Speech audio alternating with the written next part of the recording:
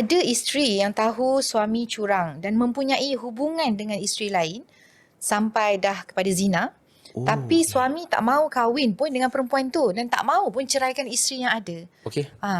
Jadi apa nasihat lah sebagai seorang da'i untuk situasi macam ni kepada suami dan juga kepada isteri yang dilema semua tu? Saya nak cakap dulu untuk suami boleh? Suami dulu. Seorang suami yang buat pengkhianatan dan curang, hidup dia memang takkan boleh bahagia. Saya tak pernah jumpa orang yang buat khianat pada isteri, hidup dia makin bahagia dan makin hampir dengan Allah.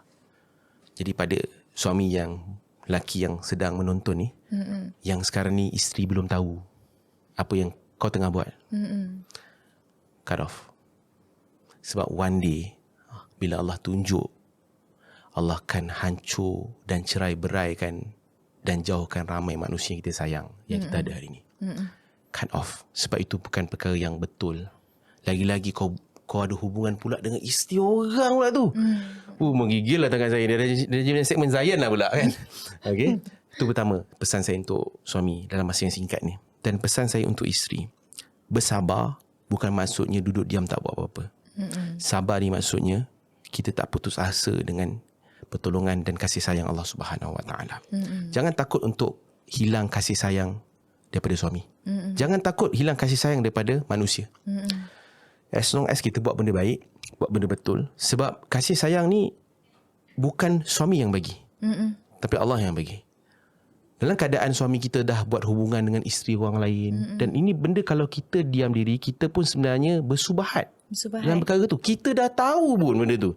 Jadi saya sangat cadangkan dalam situasi macam ni, terus pergi kepada pejabat agama, bawa suami, ataupun kalau suami tak nak ikut pun, kita saja yang pergi, kita laporkan perkara ni pada pejabat agama, dan biar mahkamah yang menentukan situasi dan apa yang perlu untuk dilakukan. Sebab apa? Sebab telah berlaku pengkhianatan pada perkahwinan tersebut. Dan mungkin andai kata suami itu dia telah bertaubat kan, dia janji tak buat lagi, dia telah memperbaiki diri, atas mahkamah itu sendiri untuk menentukan. Tapi pesan saya pada wanita-wanita kat luar sana, jika berlaku sebarang pengkhianatan, abuse secara mental ke fizikal ke, bukan seorang yang bijak kalau kita duduk diam tak buat apa-apa. Buat tindakan, laporkan di tempat yang betul. Betul. Dan itu bukan tanda kita tak sabar. Itu tanda sebabkan kita sabarlah, kita buat tindakan tersebut. Sebab dalam maqasid syariah, salah satunya adalah kita memelihara maruah diri. Dan itu adalah kewajipan yang Allah telah letakkan pada setiap orang yang mukallaf, orang yang berakal. Maksudnya lapor di tempat yang betul, bukan pergi tunjuk kat social media. Janganlah pergi kat grup kisah rumah tangga, bagi tahu suami saya sekian-sekian. Tuan-tuan kat dalam tu ada banyak magistrate, lawyer jadian kat dalam tu. Yang tak bertauliah tiba-tiba dengan doktor gigi pun ada dalam tu juga kan, yang bagi kan. Sebab apa? Sebab semua orang boleh bercakap, tapi hanya kita je yang tahu keadaan keluarga kita. Betul.